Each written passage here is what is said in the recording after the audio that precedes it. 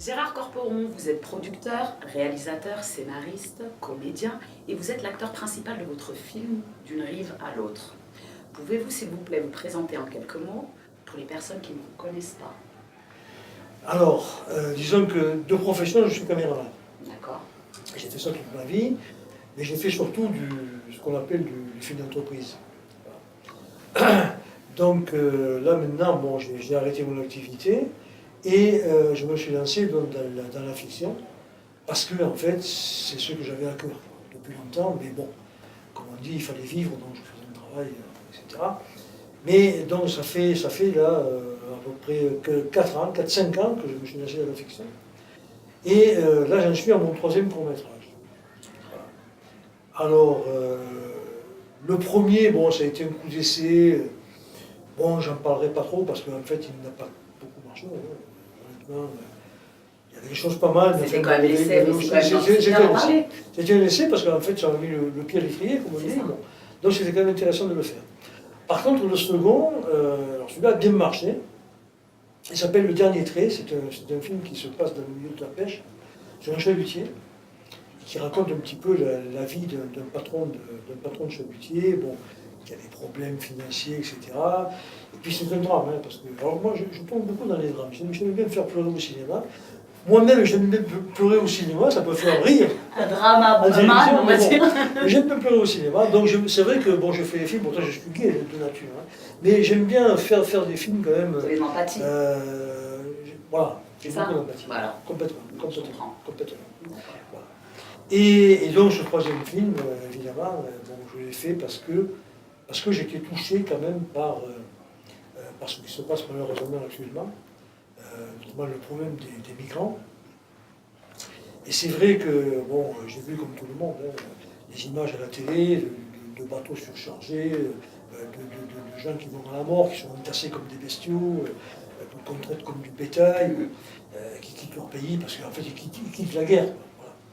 Donc, trouver quelque chose de meilleur. Pour essayer de trouver un semblant de meilleur vivre, alors que bon, c'est pas gagné. Donc j'ai été touché par ça, et c'est pour cette raison que j'ai fait ce film-là. Voilà. Alors ce film-là, bon, je l'ai situé, l'action est située ici, au bord du bassin de Thon, dans le milieu ostréicole. Alors, pourquoi le milieu ostréicole? Bon, c'est vrai que j'aime bien faire des films quand même sur tout le côté maritime, c'est quelque chose qui me touche, que j'ai à cœur. Celui dont je parlais précédemment, Le Dernier Trait, ça se passait dans le milieu maritime. Vous n'êtes pas ancien pêcheur? Je ne suis pas ancien pêcheur. Je ne suis pas ancien pêcheur du tout. Même si mon grand-père quand même était pêcheur, mais bon, c'est le thème, moi personnellement, non, je ne suis pas du tout pêcheur. Voilà. Donc là, j'ai situé cette action dans le milieu ostréicole. Alors c'est un milieu qu'on voit rarement au cinéma. Il n'y a pas beaucoup de films, notamment dans les courts-métrages. Enfin, moi, personnellement, je n'ai jamais vu de film qui se passait dans ce milieu-là. Donc voilà, mélanger ce milieu-là avec une histoire de migrante, bon voilà, ça me paraissait un peu original, etc. Et voilà, c'était un petit peu pour faire toucher du doigt, parce que c'est quand même malheureux à dire, mais bon, j'ai entendu, bon, sur les migrants, bon, j'ai entendu, excusez-moi l'expression, mais des conneries sur leur sujet, bon, etc. Enfin, bon, je ne citerai pas ce que j'ai entendu, parce que bon, c'est un peu lamentable. Donc je voulais aussi montrer que, bon, voilà, ces gens-là, bon, ce sont des gens qui sont dans la misère, ce sont des gens qui ont quitté leur pays parce que voilà, bon, il y a la guerre, parce qu'ils fuient vraiment une situation qui est dramatique pour eux, quoi. Voilà. c'est des gens, bon, je pense qu'on doit les plaindre, c'est humain de les plaindre. On peut pas rester vivre aussi pour ressentir ces choses-là, et c'est vrai que nous, on est loin de tout ça aussi. On est loin de tout ça, nous on vit bien, ça va, on mange, on dort, on est tranquille, bon ça va, tout se passe bien, mais bon, voilà. Donc on voit cette image-là à travers la télévision, mais il faut creuser un petit peu et se rendre compte. Vous êtes l'acteur principal de ce film, est-ce que votre personnage justement vous ressemble dans la vie de tous les jours? Alors je dirais oui et non, parce que bon, je suis réalisateur, donc je n'ai rien à voir avec une ostréicole, mais quand même, je vous dirais que je suis assez pris du monde maritime. Je fais partie depuis 22 ans maintenant de la SNSM. La SNSM, c'est la Société nationale de sauvetage en mer. Donc je fais partie, à la suite d'un film d'ailleurs, que j'avais fait, un reportage, hein, pas un film de fiction, que j'avais fait sur eux. Et du coup, bon, après coup, je me suis engagé avec eux, parce que j'aime la mer. Bon, j'ai fait de la plongée aussi, j'avais un bateau, bon, je naviguais un petit peu. Et le monde maritime m'intéresse. Donc c'est pour ça que mon film précédent se passait dans le monde de la pêche, et celui-ci se passe dans le milieu ostréicole. Alors, c'est vrai que le personnage de l'ostréiculteur, bon, bien sûr, je comme le personnage, c'est pas moi. Mais il y a quand même ce côté maritime. Je pense que, effectivement, quand je suis à la barre d'une barge, bon, je suis crédible, quoi, parce que bon, voilà, c'est quand même quelque chose que, voilà, que je connais, que j'ai connu de près. Voilà. Alors, justement, quelle est votre position sur ce sujet, qui est un sujet d'actualité? Alors, ma position, moi aussi, vous savez, c'est un sujet complexe, parce que, évidemment, bon, c'est toujours pareil, on va vous dire, on ne peut pas accueillir toute la misère du monde, évidemment, je comprends.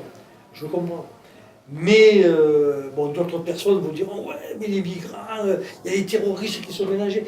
C'est pas faux.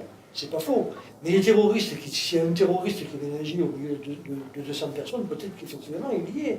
Mais de toute façon, s'ils ne viennent pas avec eux, ils viennent de notre façon. Donc c'est pas parce qu'on ne va pas accueillir les migrants qu'il n'y a pas de terroristes.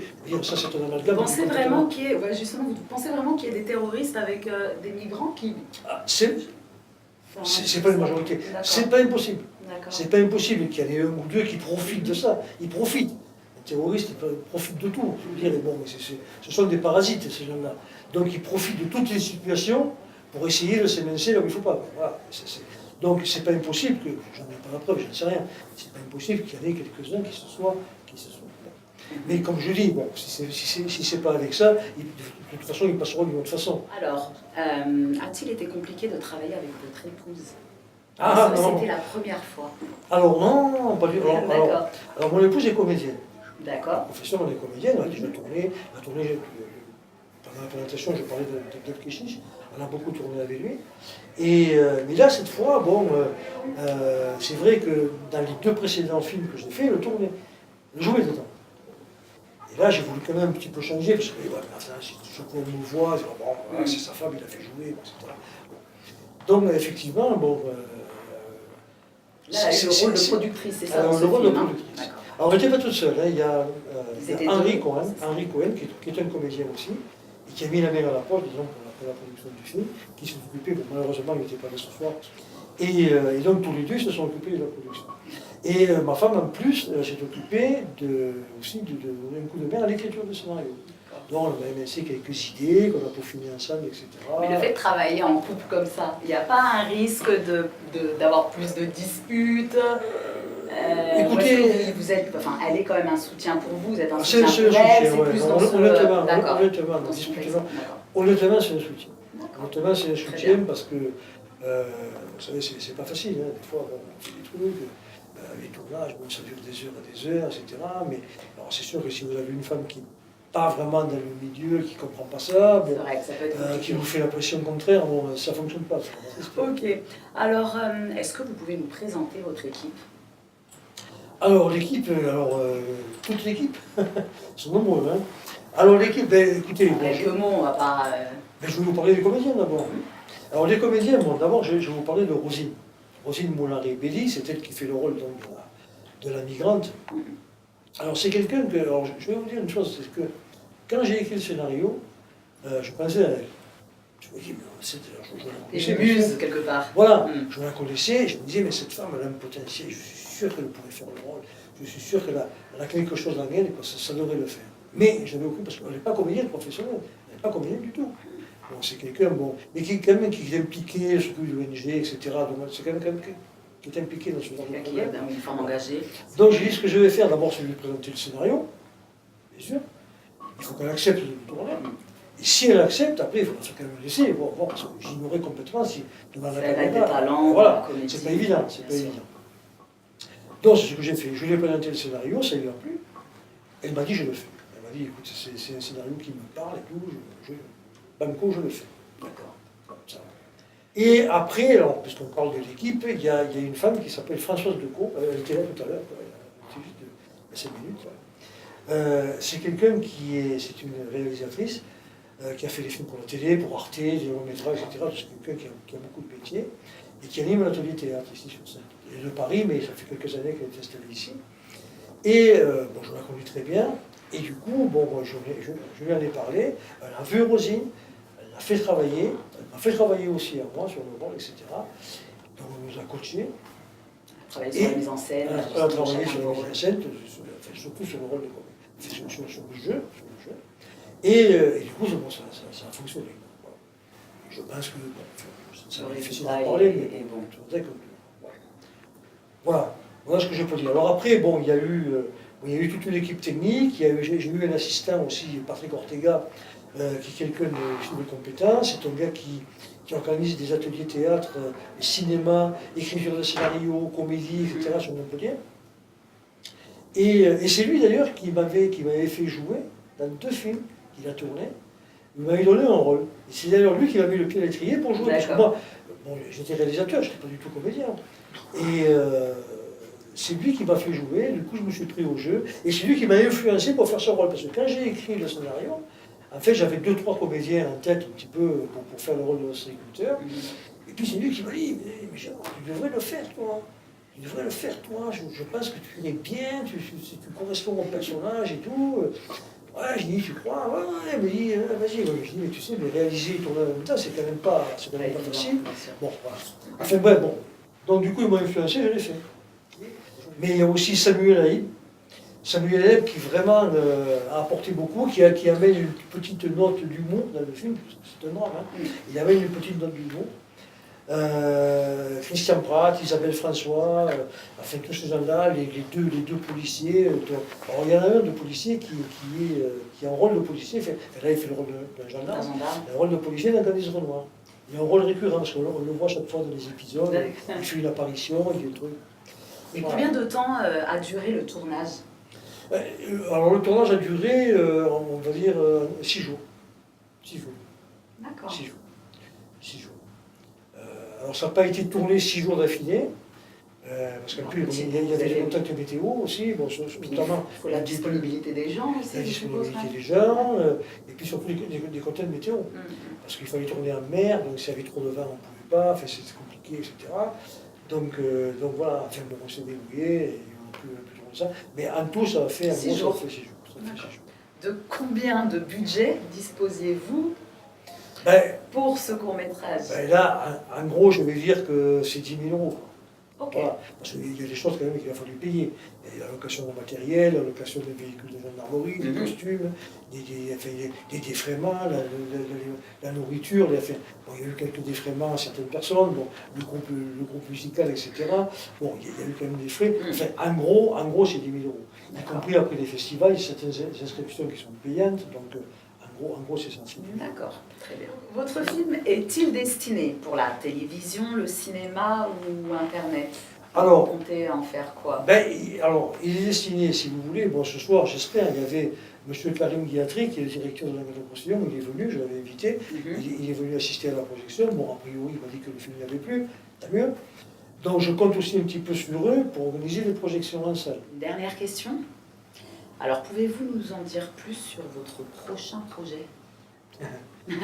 Oui. Alors, bon. C'est pas un secret. Hein. Non, c'est pas un secret. Non. Alors, le prochain projet, alors en fait, ce serait un long métrage. Voilà. Alors, j'ai quelques personnes qui s'occupent de la production et tout, qui ont des contacts, etc. Donc, ce serait un long métrage. Mais, voilà. Alors là, j'avoue que je suis pris un peu entre deux feux. C'est que, en fait, le film précédent que j'ai fait, Le Dernier Trait, certaines personnes m'ont dit, mais tu devrais faire un long métrage de ça. Voilà. Et maintenant que j'ai fait celui-là, d'autres personnes m'ont dit, mais tu devrais faire un long métrage de celui-là. Ouais. Alors, lequel faire? Prendre Le Dernier Trait, prendre d'une rive à l'autre, je ne sais pas. Voilà, là je suis. Parce que c'est vrai qu'un film comme ça. Je peux vous souffler, moi, quelque chose? Oui. Sur les migrants, ça peut être pas mal. Eh bien, alors c'est sûr que beaucoup de gens. Écoutez Lady Dab, je vous assure. Non, mais comme c'est d'actualité et que on n'a pas eu de film de long métrage sur ce sujet. C'est vrai, c'est vrai. Et puis c'est une histoire quand même assez poignante, on va pas se mentir. Parce que. Et puis c'est un sujet beaucoup plus universel. Voilà. Le Dernier Trait, bon, c'était intéressant, mais c'était plus restrictif. Voilà, c'était dans le milieu de pêcheurs, ça concernait une famille, bon, c'est un drame aussi, hein, bon, c'est intéressant, mais c'est limité à. Voilà. Alors que là, effectivement, c'est beaucoup plus large. C'est ça. Ça peut parler à beaucoup plus de monde. Bah, c'est ça. C'est ça. Bon. Donc, voilà, mais vous m'influencez, c'est bien. Wow. Et moi, je vous dis. Et je serais ravie de voir votre long métrage, justement, parlant des migrants.